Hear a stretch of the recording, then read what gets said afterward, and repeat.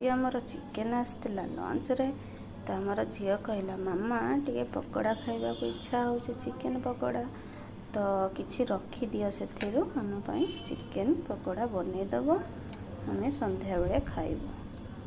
तो मु कहले ठीक अच्छे तो मुझे 250 ग्राम खंड रखीदेली आको छोट छोट पीस करके काटी नेली। बहुत बड़ बड़ पीस आनी बापा बजार तो से जानी नथिले मैं चिकेन पकोड़ा करूँ बोली से तरकारी नहीं आसते बड़ बड़ पीस तो से देखो मु छोट छोट पीस करना भल से फ्राए हो पार खाइबा को भल लगे। पेस्ट नहीं कड़े गरम हो गला छाण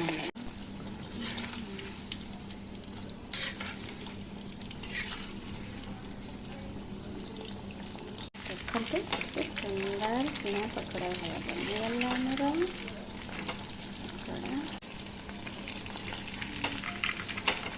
देख देख चिकेन पकोड़ा देख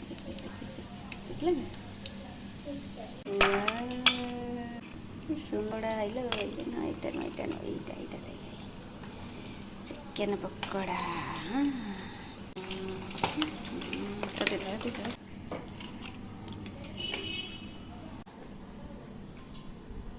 ଏବେ ବି ଗରମ ଅଛି।